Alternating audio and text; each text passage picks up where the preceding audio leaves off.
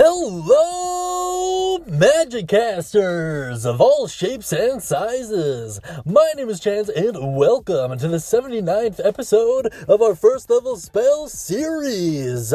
Today we're going to be taking a look at a very, very special spell in the way that it is brand spanking new. May I introduce to you the one, the only Acid Stream. This spell is usable by the Sorcerer and the Wizard, and it is found in Unearthed Arcana. I really like this one. I think it's kind of neat. Now, let's get into its mechanics so we can figure out exactly what we're talking about here. Your damage is 3 die 4 plus an additional die 4 per each spell slot level above first. The effect, at a glance, is as followed. Creatures within range are covered by acid that deals damage at the start of each turn. An action must be used to remove the acid. So, the damage is done at the start of their turn, if that makes sense, and you gotta use an action, or someone else has to use an action to remove the acid from yourself, or to remove the acid from you, if that makes sense. The cast time is 1 action. The range is self, but it forms a 30-foot line. Very cool stuff. The duration is 1 minute, and it is concentration. That concentration is to maintain the acid, so bear that in mind. The saving throw is Dexterity. The components are verbal, somatic, and material. That material component, in case you are curious, is a bit of rotten food, and it is not consumed in the casting of this spell. The school is Evocation, and the damage type is acid, which makes a lot of sense. And yeah, I'll get to my personal thoughts on this in a little bit here.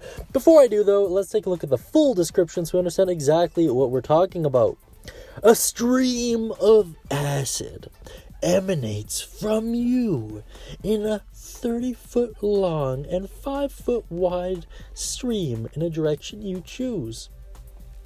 Each creature in the line must succeed on a dexterity saving throw or be covered in acid for the spell's duration, or until the creature uses its action to scrape or wash the acid off itself or another creature.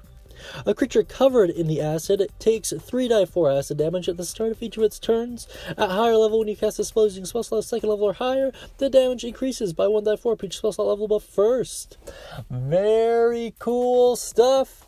Basically, you cast it, soak people down in acid. At the start of each of their turns, they take 3 die 4 acid damage, and they gotta use an action or have an action used on them to remove it.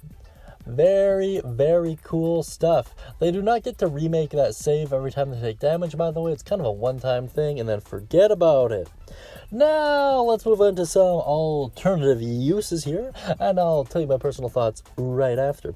So, I think this would work really well when it comes to executing a lot of plans. You can essentially eat up a turn, and I would make a strong argument that while they're being sprayed and burning acid, they're going to be panicking as well. So, whether or not your DM looks at it like that, that's their call. But personally, if I had molten hot acid sprayed on me, I'd be pretty choked.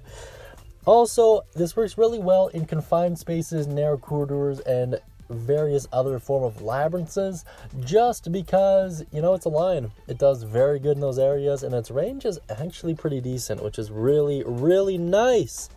Outside of that, I really like how this plays out for balances. It gives you a great opportunity to dish out a ton of damage to a large number of people consistently. It's really cool, it's really nice, and I really like it. Whether or not I would allow it in my game, probably not, to be honest with you. I think it's a little bit too good, certainly for a first level spell. I might make it a second level spell, but I don't know. I can kind of see why, just because acid is so not good in a lot of ways. So, I don't know. Let me know what you think, though, down beneath in the comment section. Also, let me know if you have any alternative uses, any ideas, any questions, comments, concerns. Put them down there. Really do appreciate it. And if you like that gorgeous hand-drawn gnome and you'd like your own D&D character, please check out the guild hall to figure out exactly how to do that. Thank you so much, guys. I really do appreciate your time. I hope you have a great day, and as always, happy casting, everyone.